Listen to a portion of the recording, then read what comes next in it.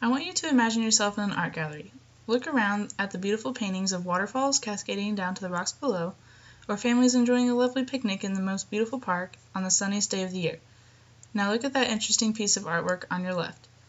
That is a Japanese woodblock print, no longer in its prime but still showing up in Western cultures. Rarely do we see these paintings anymore, and it's a shame because they are so intricate, beautiful, and they take a lot of delicate work to create. The first step in the printing process is coming up with a design. The time it takes for this step varies depending on how inspired the artist is. It could take months, even years, to come up with the design the artist is most passionate about.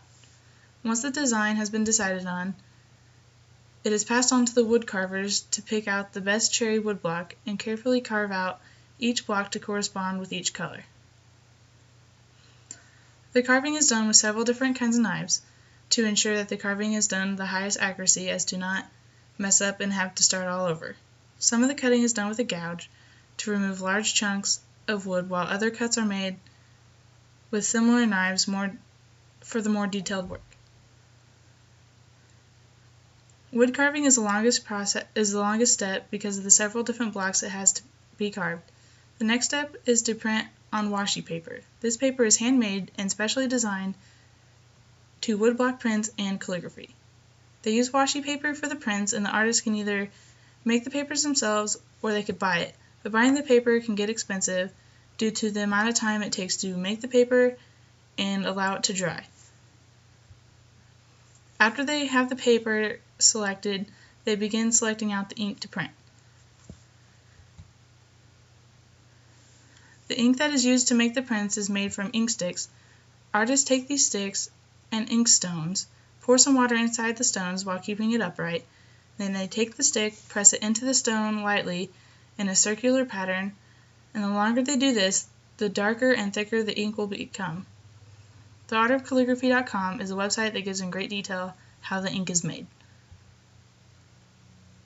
Once the ink is made and the woodblocks carved, it is then applied to finish up the design. The ink is spread out evenly on the block by brushes that are usually made from horse's mane, or they can be used from other animal hairs as well, and rubbed into the paper using a circular motion with a baron. A baron is a flat pad made out of bamboo. Light colors should be done first, while gradually working up with dark colors to cover up outlines from the blocks. There are normally multiple prints being produced, and it takes several tries to get everything lined up just right, but once finished, a beautiful print is produced. The importance of these prints cannot be expressed enough. Not only do they have a long history in the art world, but they create a beautiful image for us to look at and admire all the work that has gone into making one of these interesting pieces.